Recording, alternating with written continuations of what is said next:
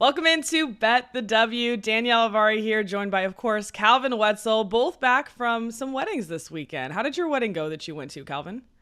Mine was great. I don't know if I want to talk about on air what we just talked about right beforehand because it's very embarrassing. But let's just It say is. I need to learn my time zones better. But the wedding was Yep. great. Had fun. And you had fun at yours too, right? I did have fun at mine, and also mine was around the corner from my absolute favorite place to get a burrito. 5-minute walk. Amazing. Yes, perfect. And the So churros that I you sent me a picture of. The churros. Yes, they're so good. I had to send Calvin a picture. We gave an update, and both of us we hit the unders on how long our ceremonies were. So I think every that's a win for everybody. That's our wins of the week. I'm sure we'll have more at the end. But yeah, I went over and walked and got it, and it was funny because we left the wedding and were able to come back because it was so close and nobody noticed. So got the churros, got the burrito. It was a great time, and congrats to the couple. That said, we have 4 games going on Tuesday, and it's officially August. Can you believe that? Can you believe how fast this year is going? It's crazy that it's August already. It's about to be, I think the Commissioner's Cup is coming up in the next Yeah. week or week and a half. I can't remember what day, but Hmm. we're there already. It's Yeah. time to people are starting to think about like playoff seeding and everything. I see all that talk going around. Went by And fast. also, have to shout out Calvin on the fantasy side because I think you're leading in our league right now. Do you have the most wins right now? I want to say I'm 7-1. Yeah. So things are going pretty well over there too. Yeah. I don't want to brag, but I'm on a 2-win streak, and I think it's going to be 3 this week because I'm playing Dano, and he often forgets to set his lineup. So I don't think Dano has a win yet. So no, he doesn't. But please again, don't he give has him his plenty of first. wins. Yes, he has plenty of wins on the betting side. That's what I think has happened. Yes. Like Dano and I literally were so focused on the betting side of stuff, we forgot about our fantasy teams the first couple weeks. So he's at least winning in one aspect, and that's all you need. The Lynx are also winning a lot. They've won and covered 3 straight, which like 3, okay, not a big deal, but from a team that we're not expecting to win games necessarily and also cover. They also beat New York, a back-to-back fatigued New York, but still 4 straight overs, and they're at the Connecticut Sun now. The Sun coming off of a loss to the Lynx, like we said, on Sunday. So on Sunday, the line was actually crazy to me. Could you believe this line? I believe it was Sun minus 11. Yeah, I mean, without Nafisa Collier, I sort of thought that the Sun could cover that based on like I mean number one, no fee. Number two, a Minnesota Lynx letdown spot after that road Mm-hmm. win over the Liberty. I was extremely wrong because the Lynx Mm-hmm. did it again. Another Yeah. road upset over a really strong team, one of the top tier teams. I don't know what's going on. Like people talk about Ewing theory, and I've joked about it in text groups, and it's obviously not actually what's happening. That the Lynx are not a better team without Nafisa Collier, but for the last 2 games, they have been about as good as they have been all season, which makes no sense when you lose your best player. But sometimes that's Mm-hmm. how it works, and they haven't just been covering, like you said, 2 road upsets. Those are two Big about deal. as good of a wins as anyone in the league has outside of the 2 teams that beat the Aces this year. Yeah, absolutely. And I like that you pointed that out, that it's not that they're a better team necessarily. It reminds me kind of what's going on with the Mystics as well, where they haven't necessarily been able to win without Elena Deladon or even with some of their other key players out, but they have been able to score. And that's not because they play better offense without Elena Deladon. That's just, that's not what's going on here. And you've seen recently that they've kind of dropped off in those categories as well. So people are starting to figure that out. That said, the Lynx did get Jessica Shepard back, and I added her to my roster because you know that I desperately need forwards and centers. So I have basically, I think, 4 Lynx players now. I'm just like, I'm the Lynx and Brianna Stewart pretty much for my fantasy team. But it was good to see Jessica back. She looked good, and so maybe that's obviously something that contributed to this win for them. Do you think they can do it again? Do you think this line will be this large again? Well, I could see it opening about the same, Mm-hmm. honestly, because on one hand, you might see it open a point or two lower. On one hand, the Yeah. Lynx have obviously proven that it's not a 1 game fluke. They're on a roll right now. On the other hand, I think when you see back-to-back situations, this is true in men's or women's, really college or pro, the team that loses or basically that just plays worse in the first game is the Mm-hmm. one that makes more adjustments and comes out and plays better in the next game. Right. And sportsbooks know this when you look at like playoff series in the NBA or the WNBA, and you look at the line from game one to game two, the team that loses game one, you'll see that the line sometimes actually moves the other way towards the team that loses because of these adjustments. So it'll be Mm-hmm. interesting to see that if they do that here. but I don't think this line will move a ton because you can sort of look at it as different reasons to move one way and different reasons to move the other way, and I think it'll probably end up being in the general neighborhood of where it was. Yeah, and to your point, there's going to be corrections. I don't think the Sun are going to go 3 of 17 from 3 again, shooting Also that. 17%. Yes. There's things that have to come back towards the mean here. And again, neither team shot incredibly from deep. The Lynx only 6 of 19, so 31%, but 57% field goal percentage for the Lynx. So maybe that regresses a little bit. Maybe the Sun come back up in some categories. Again, this was only a 4-point win for the Lynx. It was at the Sun. This is at the Sun again. So we've talked about how you don't have to factor in travel as much because they've already played here. But I agree with you. I think this will be a closer matchup. I would be shocked if the Sun didn't win this one. But as far as the line, what would you need this line to be for you to want to bet the Connecticut Sun? I think it's so scary to bet against the Minnesota Lynx right now. So Right now, yeah. yeah, it would be really hard to pull the trigger, even if the line is pretty low. But If I got just 7.5 yeah, with the Lynx, realistically, I could take that. I Yeah. think I would have to. As scary as it is betting against this team that as hot as they are, I think you have to take the Mm-hmm. Sun at 7.5. Although even though it didn't work out this past game, I bet the Sun first half and lost. I think I would probably be more willing to pivot to a Sun first half again if we Yeah. got something below 5, maybe 4.5 in the first half. I would love Mm-hmm. to see that and bet the Sun again in the first half and see those adjustments sort of really work just right out of the gate. Right. And I wonder if we'll see any kind of defensive adjustments for the Sun as well. It seems more like it was just a poor shooting night in a lot of ways. But 2 straight overs for them. Of course, it was versus Dallas in the last one. And the Lynx have seen 4 straight overs. So the total on Sunday was 160. I think we'll see something a touch higher, but I still think I could bet this over. If we're getting like 160 or 162, I could go with an over again. Yeah, I definitely think it's going to be another over. I don't think they're going to adjust it up far enough. I hope not, because I bet the Yeah. over in this game to make up for that loss on the Sun. I thought this one should have been in the mid 160s. It hit 170. I still think it should be in the mid 160s again for this one. And if it's not, I'll be hitting it. Yeah. All right, let's move to the next game. This is bleak, or it might be bleak for the Fever because this could be a sweep of the season so far because the Mercury are at the Fever and they've already beat them twice this year, even in games that they were not expected to win. Last time they played, the Mercury were getting 2.5 points and they won straight up. They covered the last 5 matchups versus the Fever dating back to even last season, which I never like to give those stats because we're talking different circumstances, teams, coaches, but just interesting. Like Phoenix has really had their way with the Fever, at least as far as covering the spread and winning most recently this season. However, the Mercury did just lose to the Sky 104 to 85, easy over. And the Fever lost to the Storm 85 to 62. So both of these teams coming off of losses to not very good teams. Yeah, well, the Fever in that Storm game, in particular in the second quarter, we had all these games going on at once, right? And so I had 4 screens, 6 games on Sunday. and I was watching, like I was honed in on one, and then kind of checking in on the others. And I had like the Fever Storm over here on the screen on the left, and so I checked in, and the Fever had like 19 points beginning of the second quarter. I look later, it was like 23 to 19, then it was like 30 to 19, then it was like 35 to 19, and it was like a good 20 minutes that the Fever, I kept looking over and they kept being on 19 points. They went about 8 minutes of game time, I want to say it was, without scoring a single point in the second quarter, which was hideous at home against a bad defense, too. About as bad as it gets. But yeah, we've talked about this. This isn't actually a bad thing for them because the Fever need to be in the lottery if they want this franchise to go in the direction that they want it to. And getting swept by the Mercury, who they're going to be competing with for the lottery spot, is actually going to work out really well for them in the long term. The difference in this game, though, between those first 2 games that the Mercury won is that Brittany Griner isn't going to be playing. And I think Brittany Griner really sort of dominated that matchup with Aaliyah Boston when they met head-to-head. So it'll be interesting to see how Aaliyah Boston does now, not having to go up against Brittany Griner. Obviously, Aaliyah Boston has not looked like the same player after the All-Star break and after Nalissa Smith got hurt, so she's been seeing more defensive attention. So there's that as well. Teams. But this will be a different matchup than what we saw the first 2 times on both sides. Yeah, I agree. And also, I'm glad you pointed out the Brittany Griner part.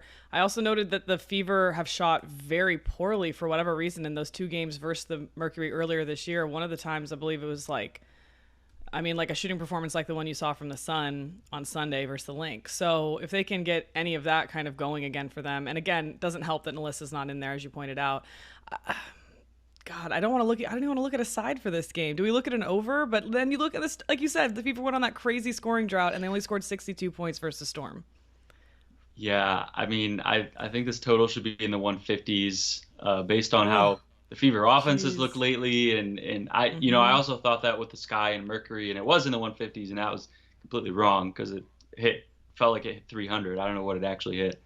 The Mm, Sky, they shot 50% combined from three on a lot of attempts, the Sky and Mercury. So I don't yeah. see that happening again. But yeah, I mean, if this is low enough, if this gets bet down into the lower 150s, I could take an over, but I don't know with these It's offenses, and the really Mercury tough. offense doesn't really look very great. Yesterday it looked fine, but Mm-mm. that's because shots went in and they still lost because more shots went in for the Sky. In general, the Mercury offense doesn't actually look very good without Brittany Griner either. So if this one is 160, I'm definitely taking an under. Yeah, I think that's the way you have to look on this one. For both of these teams, 4 unders in their last 5 games played. And like I said, the last time they played the Mercury were getting 2.5. The total was 162.5. And I believe that one went over the last time they played. 162. No, it went under. Yeah, it was 85 to 63. So Fever had trouble scoring against the Mercury last time. No Brittany Griner, so definitely factor that in here. If you had to pick a side here, who do you think is going to win the game? Let's say it was a toss up. If it was a pick 'em, I would still bet the Fever right now just because Okay. they're at home. And honestly, I don't view both of these teams right now with who they have on the court, no Nalissa, no BG, as really that different strength wise. So Mm-hmm. if you give me a pick 'em, I'm just going to take the home team because I think, that would really be the separating factor. Do you think the Fever will get points here since they've already lost to the Mercury twice and they're coming off this really bad loss and on this losing stretch? All these reasons? It's possible. It's possible. If they At home. did, yeah, I would bet it. I would bet the Yeah. Fever as underdogs here. And it's possible that we see one of those scoring droughts and just get burned on that. But I think I would have to take it if you're getting plus money. Yeah, I agree. All right. This matchup, very excited about. Atlanta Dream at the Las Vegas Aces. The last time they played, the Aces were favored by 11.5. The total was 174. I believe this definitely went over. The Aces are coming off of a win themselves. They just beat the Wings. They were at home in Vegas, 104 to 91, which I'm sure felt good because the Wings are one of the teams who actually have beat the Aces this year. The Dream are a team that almost came close. They were dominating a lot when they last played in Atlanta on June 2nd, but the Aces rallied back. They won 92 to 87.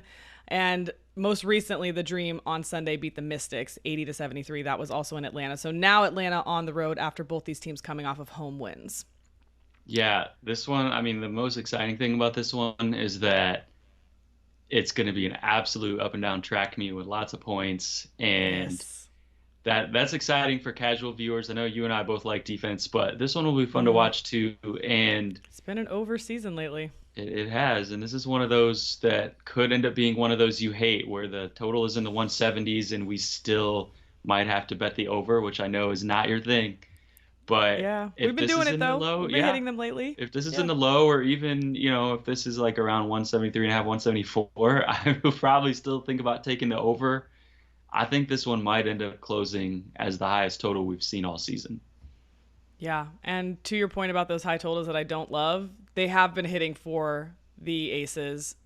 I believe 6 of their last 7 have gone over, and all of them have been 169.5 or higher virtually. So these high totals are still hitting for the Aces. They're getting it done. They're pushing the pace. Now, in those most recent games, played Dallas, another fast team, a good offense, Chicago, bad defense, Seattle, LA. So you're seeing like some similarities here about maybe just not facing really great defenses.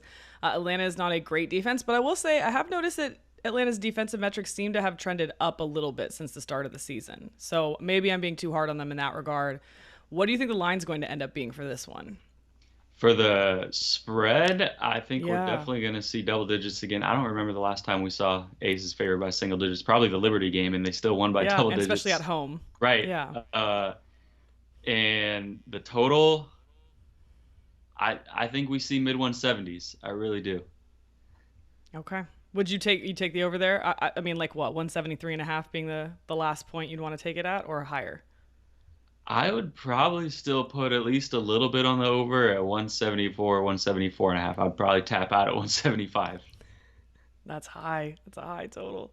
Well, their last total, like I said, 174, hit an over. And I was surprised to see Atlanta's actually covered the last three times they played the Aces. They've all been double digit spreads. They got 13, they got 12, they got 11 and a half. So it's tempting. I think that the Dream can keep this close. What do you think? I think if I'm getting double digits, I might look to the Dream here. Yeah, the Dream are one of those teams that we talk about this all the time. They're like the Wings, where sometimes High they, ceiling. yeah, high ceiling, low floor, and sometimes they Mm. just completely lay an egg against the bottom of the league. But other times they really show up to play against the top of the league, and so their ceiling is absolutely to pull an upset here. Yeah. And if we're getting, I mean, if we get some crazy high line in the teens, then yeah, I would definitely consider taking the Dream over, on the full game spread. I will say this could be another one though where we see this all the time that the Aces cover the first half and then get backdoored on the full game. And it Yes. almost happened again last night against the Wings. The Aces Mm. were up, I want to say it was 17, 18, 19 at halftime. Wings cut it to, was it one or two, one possession. Mm-hmm. The line was 10 and a half. So it looked like the Wings were going to easily cover, and then the Aces ended up kind of pulling away at the end, barely covering full game as well. But Mm-hmm. this would be one of those, I wouldn't touch Dream first half, but full game, Right. I would definitely think about it. Yeah, I agree. And I know that there was an Aces. We talked about Aces first half and how incredible that stat has been so far this year for them covering. But then, of course, the next game, I think they got caught by the hook. So Yes. still a good strategy to play it this way, I think. But the Dream hang in these games. And it's funny you brought that up that by the third quarter, fourth quarter, the Wings are coming back against the Aces. That's a pattern for this Aces team, right? They're up by so much at these halves that usually third or fourth quarter, the team they're playing, if they have an offense to speak for, can start to kind of close those gaps a little bit. And it's opposite of what I think happens with like the New York Liberty or the Washington Mystics in third quarters. They come out and their defense clamps down a little bit more. So it's just important, especially for live betting, to I think note those things. So that's a good way to play this is probably if you're looking Aces first half. If you're looking full game, I like the Dream here, but we'll have to see. Hopefully we get double digits. Finally, another double digit spread, most likely, even though the New York Liberty are on the road. They are still on the road. They already played in Los Angeles on Sunday. They played the Sparks. They beat the Sparks 87-79. Frankly, I'm impressed that the Sparks were able to score this many points, but they've covered 2 games in their last 10 games. So it has been a rough going. On Sunday, the Liberty were only favored by 8.5, and the total was 165. Yeah, that 8.5 that was brutal for anyone who bet the Liberty minus 8.5. I don't know if you did. I didn't, Got hooked. fortunately. I did not. Not Yes. only did he get hooked, but this was another one with the same game script that we just talked about with the heavy favorites with the Aces. Mm-hmm. Liberty got out to a big lead into the 20s. This Yep. live line got up to 25 and a half at one point. Love that. Sparks come all the way back, end up hitting a free throw when they're down 9 with like 7 seconds left to lose by 8 and cover the plus 8.5. Awful loss if you were on Liberty minus 8.5. Amazing beat if you were on the Sparks. But again, Liberty covered first half, no problem. So this would be another one. I've shout out Daniel Mattia, who we talk about all the time on the show. Yes. Because the other day I Bad forgot. fantasy player this year, but amazing better. Yeah, don't listen to him on fantasy, but he gives good betting advice. And one thing he told me the other day, I want to say it was Dream versus Liberty, whenever that last happened. One of these matchups where we felt like it was going to be the same game script, heavy favorite, get out to big lead, maybe get backdoored. And I was looking at the line, whatever it was, plus 10.5 pregame, and I was just texting Daniel like, "Hey, what do you think about Dream plus 10.5?" And he just sent back, "You might as well wait till halftime and take Dream plus 19.5." And like, sure enough, Dream So got true. down big.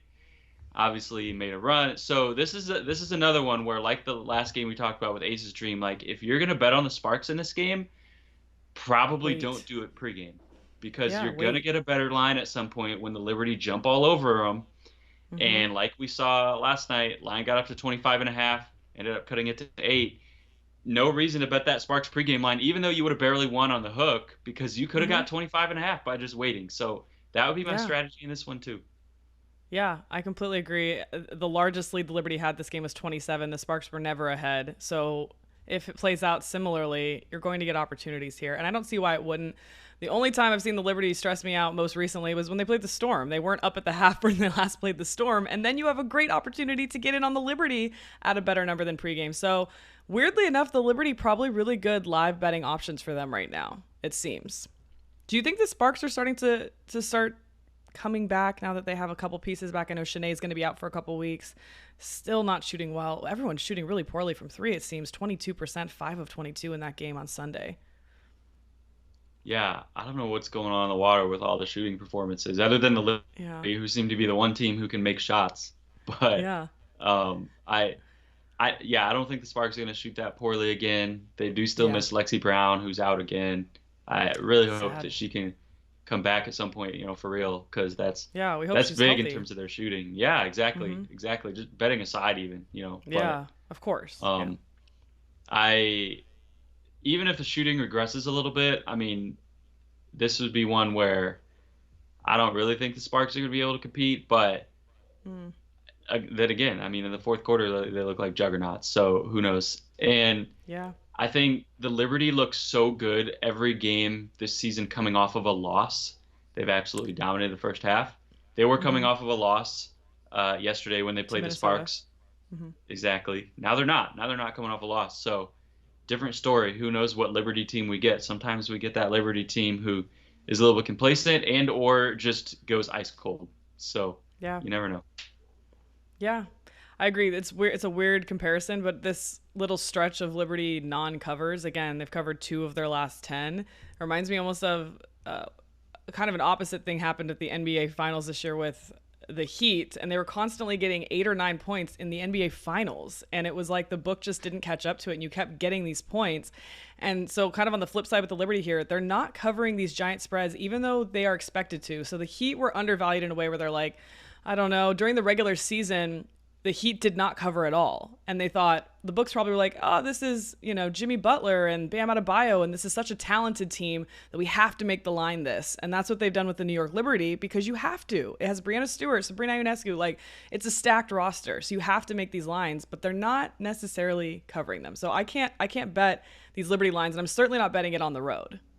No, I don't think I will bet either side pregame in terms of the spread, just because I'm with you on not betting the Liberty, but at the same time, like we talked about, don't want to bet the Sparks pregame either when you're going to get a better line, most likely at some point early in the game. So probably will stay off the side pregame, may bet first half, may end up betting a side live, but pregame I don't really, unless we get some crazy number that's extremely different from the first game, which is unlikely since the spread ended up being so close in the first game. I don't think I'll touch it.